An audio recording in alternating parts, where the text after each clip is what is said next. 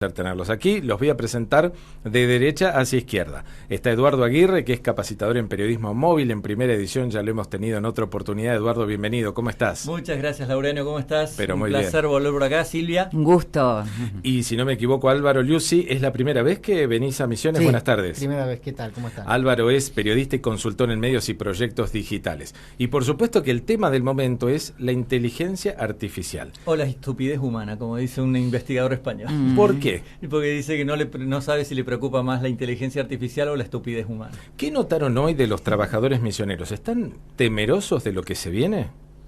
No, algo hablamos con Eduardo, ¿no? Después de la capacitación, que es unas inquietudes transversales, digamos, a otros tipos de medios más chicos, más grandes, a otro tipo de países también. Yo hace poco estuve en Colombia para dar unas capacitaciones y también una charla en un premio de periodismo digital, y las preguntas suelen ser similares, ¿no? Lo que tratábamos de apuntar desde las capacitaciones y desde las charlas en particular es que conozcan la tecnología, que la usen, que la practiquen, que conozcan cómo funciona, ¿no? Que la interpelen, porque en esos procesos se dan digamos el reconocimiento de cómo funciona, de las potencialidades que tiene, los peligros, cuando hablamos de inteligencia artificial, ¿no? Que estamos hablando también de aspectos éticos, y sobre todo para el uso en este caso de las redacciones de los medios, de los procesos productivos, y las buenas prácticas y los usos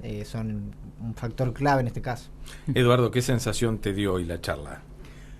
Lo que me dio la impresión es que la gente, en cierta forma, los que trabajan en medios de comunicación, tienen muchísima expectativa respecto del uso que se le puede dar a este tipo de plataformas, y que fundamentalmente está como entre una etapa del asombro y del miedo. Está ahí como en una frontera, ¿no? Y el peligro de esto es que esto mismo, estas sensaciones, las estamos transfiriendo a las audiencias. Cuando hablamos de inteligencia artificial a las audiencias, en muchos casos le estamos provocando esto, o buscando la beta asombrosa, por decirlo de alguna manera, o la de el temor a este tipo de nuevas tecnologías, porque ciertamente, como siempre pasa, en los grandes avances tecnológicos de la humanidad, siempre hay recambios y movimientos en el mercado laboral que son, en algunos casos, traumáticos. Desde la máquina de vapor para acá ha pasado siempre. Sí. Y pensando, porque somos más o menos de la misma generación, y quiero traspolar a lo que ha sido Internet, ¿no? Lo que significó y el temor, el impacto de la inteligencia artificial es muy parecido a lo que ocurrió cuando llegó Internet también en los medios de comunicación. Sí, lo solemos marcar como una analogía, ¿no? Porque al ser una tecnología transversal a otras industrias, la inteligencia artificial sabemos que va a revolucionar la forma de producir, consumir y distribuir información, que como bien decís, ya lo hemos visto con Internet, pero también, como decía, al ser una tecnología transversal, va a impactar en lo que es la educación, en el ámbito del trabajo, y digamos, se van a ver transformadas muchas prácticas en ese sentido.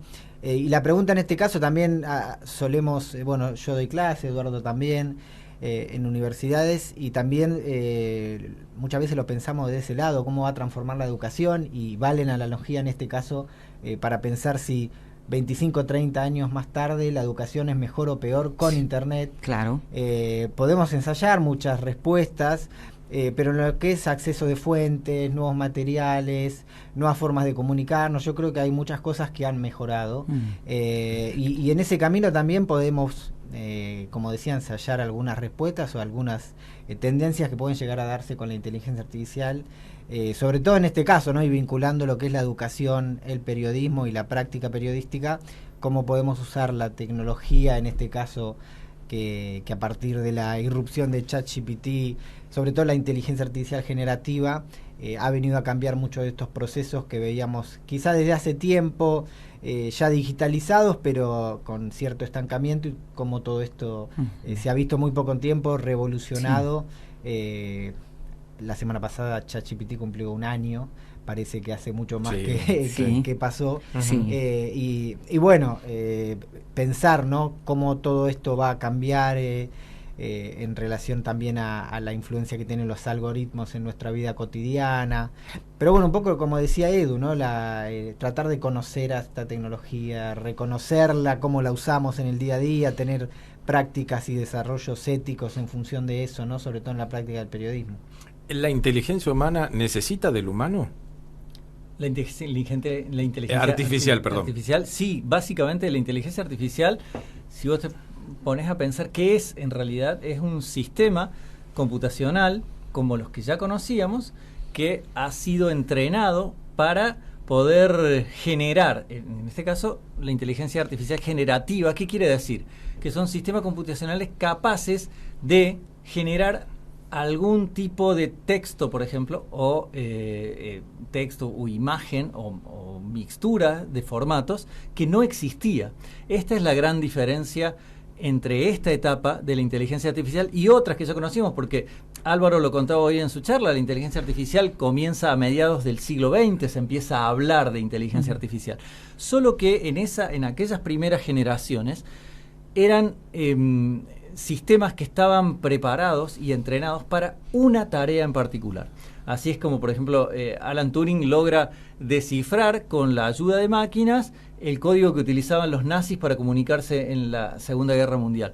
O como IBM Deep Blue logra vencer a Garry Kasparov en una partida de ajedrez, ¿no? ¿Por qué? Porque era un sistema que estaba de Machine Learning entrenado para jugar al ajedrez.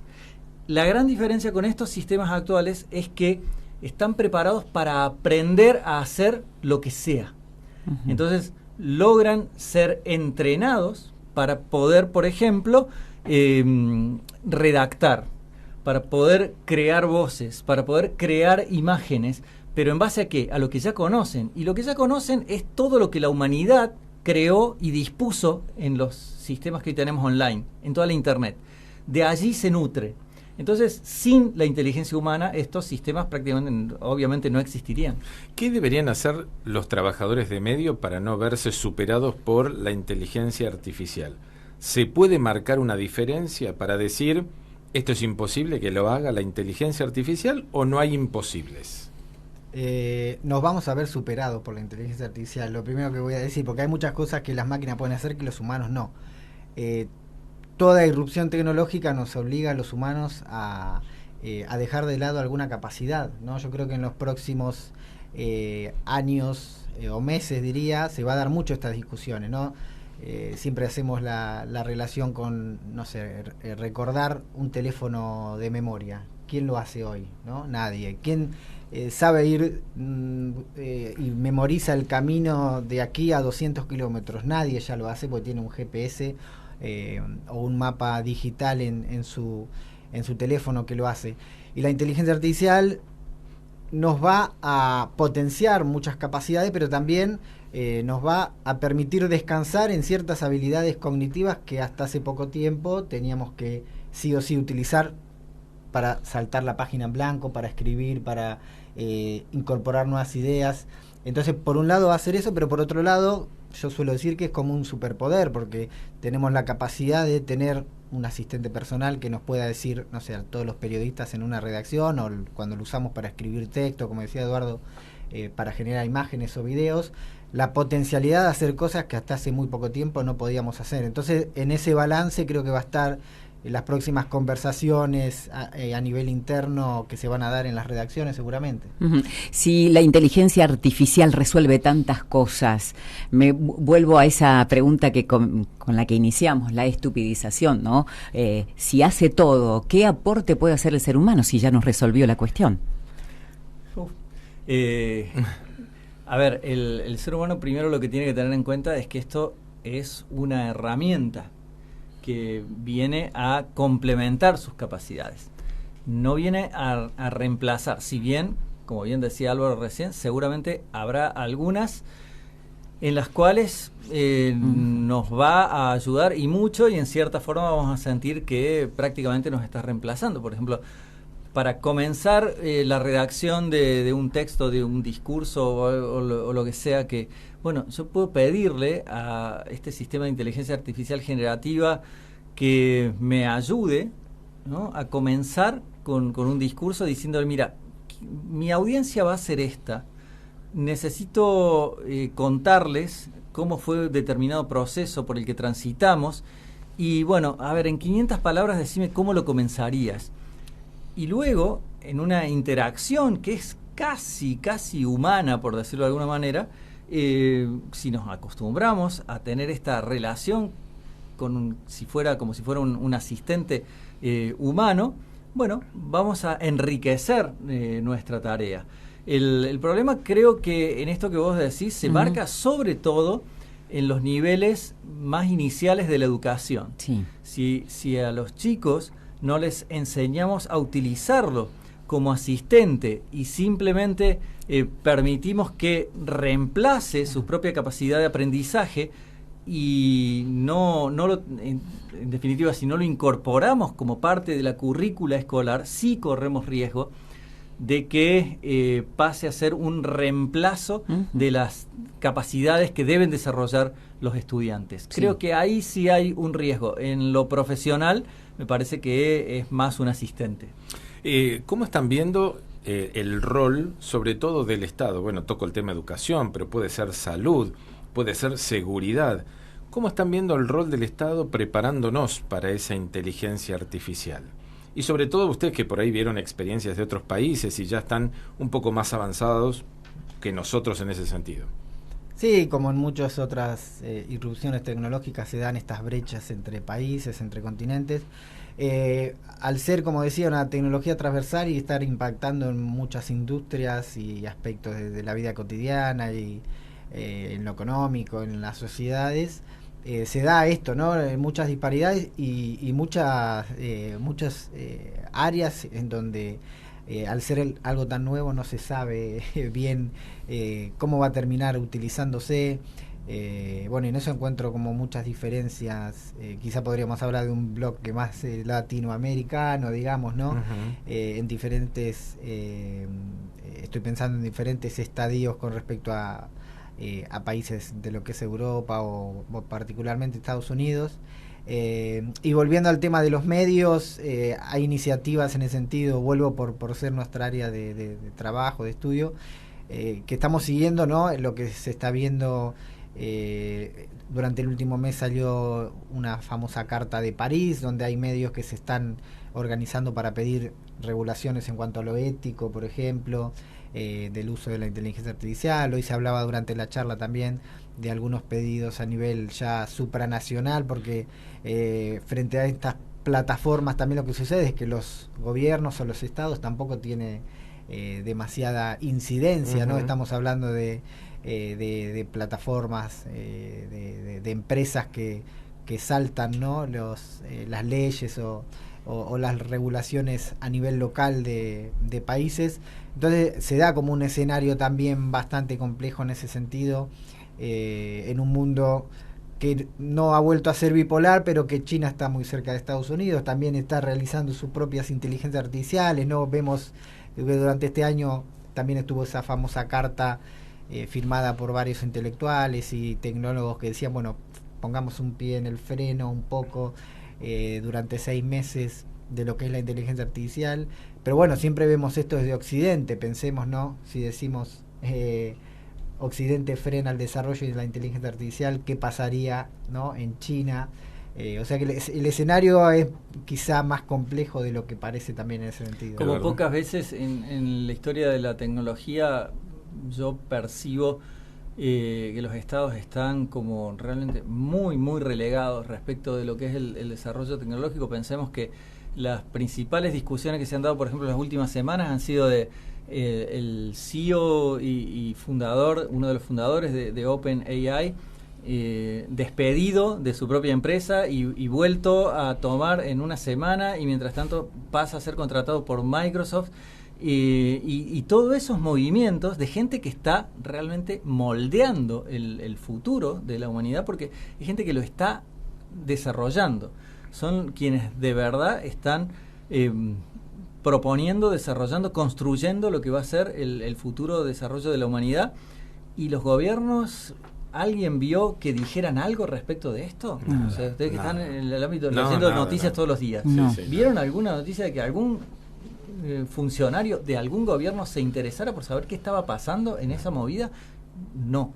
Está, realmente los estados, bueno, el mundo está convulsionado de una manera tal que está mirando para otro lado, claramente, ¿no? Hay guerras que son muy urgentes de atender, y urgencias humanitarias que son realmente acuciantes, con lo cual no es sorprendente que los gobiernos estén mirando hacia otro lado, porque tienen otras urgencias. Sin embargo, esto está pasando y son estas personas como Sam Altman que están de alguna manera desarrollando, de acuerdo a su propio criterio y a sus propias normativas éticas, si es que por supuesto que las tienen, cómo va a ser la relación entre la humanidad y estas tecnologías. Silvia. Pensaba en las redes sociales, que en los últimos tiempos han crecido en credibilidad, lo dice las redes sociales, es verdad. ¿Qué aporte hace la inteligencia artificial en cuanto a las fake news, a las noticias falsas? ¿Es posible hacer un aporte? Sí, en realidad a mí me gusta pensar que la inteligencia artificial también sirve para renovar algunas discusiones que ya estaban, ¿no? Planteadas en el escenario de los medios y en el escenario digital, sobre todo durante la última década. Hablando de los medios, ¿no? Decíamos hoy la precarización laboral, el reemplazo, entre comillas, de habilidades de los periodistas que se pueden automatizar en las redacciones y cómo vamos a hacer frente a eso. Y en una de ellas también, que es la desinformación, el fenómeno de las fake news y cómo esto se cruza con otras tendencias, como bien decías, una creciente plataformización del mundo, el uso de las redes sociales y ahora cruzado transversalmente por la inteligencia artificial, que sabemos que tiene la capacidad de producir y distribuir contenido a escalas inéditas hasta hace muy poco tiempo. Hay varios estudios, entre ellos algunos realizados por Pablo Bukowski, que es un comunicador y profesor argentino que da clases en Chicago, en los Estados Unidos, que también marca que el tema de la fake news muchas veces es como se le da como demasiada importancia dentro de como una mirada más endogámica del periodismo, que no termina teniendo una repercusión tan negativa en lo que es las sociedades, las democracias. En cuanto a los datos, él explica eso, pero sin duda que yo coincido que es un tema para como para atender y para tener en cuenta, y para ver tampoco es que certeramente se van a utilizar estas tecnologías para eso, pero bueno, lejos de una visión así más dicotómica, decir, bueno, es una tecnología buena o mala, como bien decía Edu, está manejada por humanos, con contenido desarrollado durante los últimos 30 años por humanos, que repiten sesgos de humanos y que se van a usar en función de lo que los humanos quieran hacer, para bien o para mal. Eduardo, ¿qué visión tenés? Está sucediendo con la desinformación y las redes sociales que la inteligencia artificial vino de alguna manera a facilitar básicamente el poder generar desinformación, porque por ejemplo la posibilidad de clonar una voz y de clonar una imagen y generar un video de alguien diciendo algo que nunca dijo, lo podemos hacer nosotros del celular. Hoy en la charla mostraba eso. Como cualquiera de nosotros con su celular puede clonar una voz y generar un discurso de una persona pública, por ejemplo, y bueno, y hacerle decir lo que uno quiera. Y hacerle decir lo que uno quiera. En este sentido me parece que, por eso apoyo lo que decía Álvaro recién, respecto de que la gente está un poco advertida de que esto está pasando, porque ya venía sucediendo antes de que tuviéramos esta posibilidad de hacerlo con la inteligencia artificial. Las noticias falsas se venían utilizando, y en los últimos años, yo pienso en la década pasada para acá, desde la elección que ganó Donald Trump para acá, fue tema de conversación en todo el mundo la cantidad de noticias falsas que se generaron sin necesidad de que hubiera sistemas de inteligencia artificial de por medio. Entonces la gente en todo el mundo empezó a convivir con esta idea de que hay poco en lo cual se pueda creer ciegamente, ¿no? Y para colmo, sumado a eso, también se sumó un descreimiento en lo que antes eran instituciones como los propios medios de comunicación. Así es. Que hemos perdido credibilidad en todas las sociedades, al menos occidentales, en las que hay mediciones de este tipo. Ha caído la credibilidad de los medios de comunicación. Por lo cual, creo que la capacidad de daño de la desinformación generada con inteligencia artificial me parece que nos da más miedo a nosotros los periodistas que a la gente, la gente de a pie, digamos. Sí. La última, y agradeciendo este tiempo que nos han brindado. Escuchaba esta semana el debate de la inteligencia artificial nos puede matar, en el sentido de una orden mal dada a la inteligencia artificial podría provocar un daño al mundo, a la sociedad. Y digo, partiendo de esas bases, ¿vamos a ser capaces nosotros desde casa, desde el medio de comunicación, desde el Estado, de trabajar con la inteligencia artificial? ¿O lo único que se genera es una resistencia para seguir estirando esa relación? Yo creo que el uso de inteligencia artificial va a ser cada vez más normal en la vida cotidiana. De hecho, hoy lo usamos y está más presente de lo que creemos. Hoy durante la charla hablábamos, ¿no?, de un artículo del periódico The Guardian que mostraba las 24 horas de la inteligencia artificial, cuando desbloqueamos un teléfono con reconocimiento facial, cuando pasamos por una cámara en la calle, cuando usamos ChatGPT en la escuela o en un medio, cuando usamos TikTok y nos recomienda un video viral, ¿no? Sí. Todo eso está mediado, y hablamos de Jesús Martín Barbero, ¿no?, de los medios a las mediaciones, todas estas mediaciones que están generando los algoritmos en nuestra vida cotidiana, que están más presentes de lo que creemos, ¿no? Y hablamos del mundo occidental, pero en China, algoritmos que en un banco analizan tu capacidad crediticia y te dicen si podés sacar un crédito o no. Ahí al instante. Desde eso hasta un video de TikTok viral, como decía recién, ¿no?, a nivel escala mayor o escala menor, como esas mediaciones, como decía Barbero, están cada vez más presentes en nuestra vida cotidiana, y vamos a tener que aprender a convivir con eso, y lo que decía Edu, a utilizar éticamente esos algoritmos y esas tecnologías en nuestra educación o en nuestros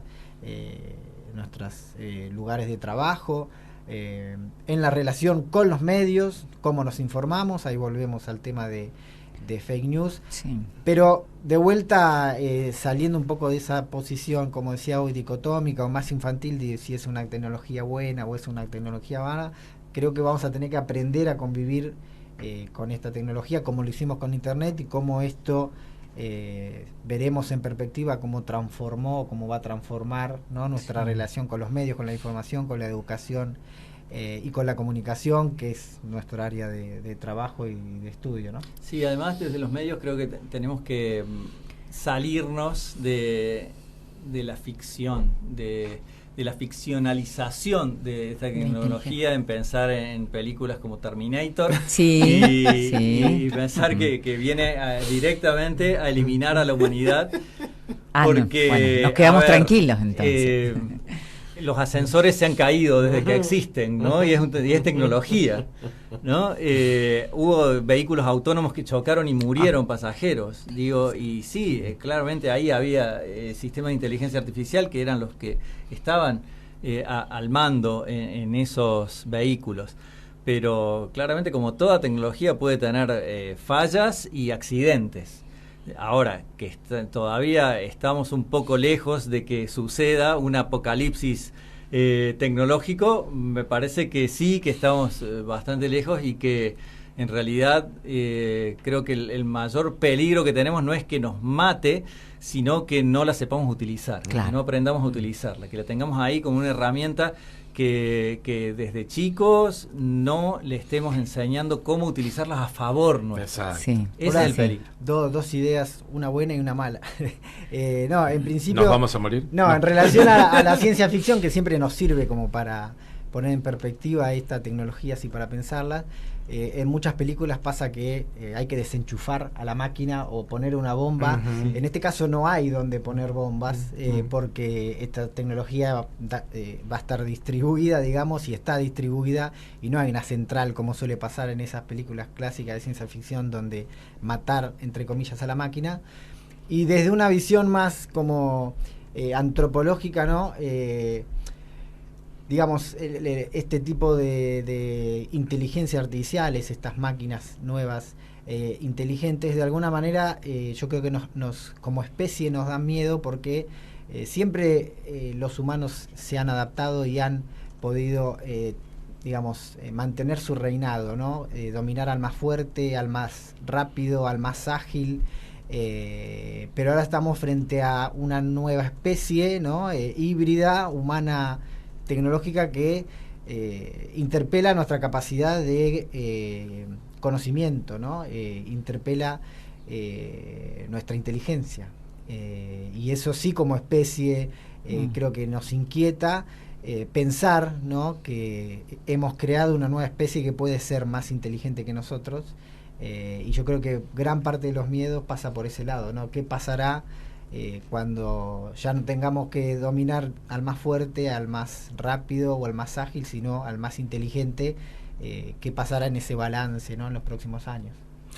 Eduardo y Álvaro, gracias por haber venido, gracias, buen viaje de regreso y ojalá los tengamos pronto el año que viene. Me contaron que están armando algo un poco más amplio. Muchos estudiantes de las carreras de comunicación seguramente van a estar deseosos de escucharlos, y bueno, sobre todo también colegas de otros lugares, que Telecom nos facilite la posibilidad de esta charla. Lo bueno es que esto nos da letra todos los años. Todas las semanas ahora. No, pero hay además, cosas nuevas todas las semanas para contar. Bueno, cuando quieran los volvemos a esperar por estos lados. Muchísimas gracias por venir. Estaban con nosotros Eduardo Aguirre, capacitador en periodismo móvil, y Álvaro Liuzzi, periodista y consultor en medios y proyectos digitales. Han venido hasta Posadas, invitados por Telecom, para capacitar a colegas de la ciudad de Posadas en esta cuestión que debatimos durante casi media hora, inteligencia artificial.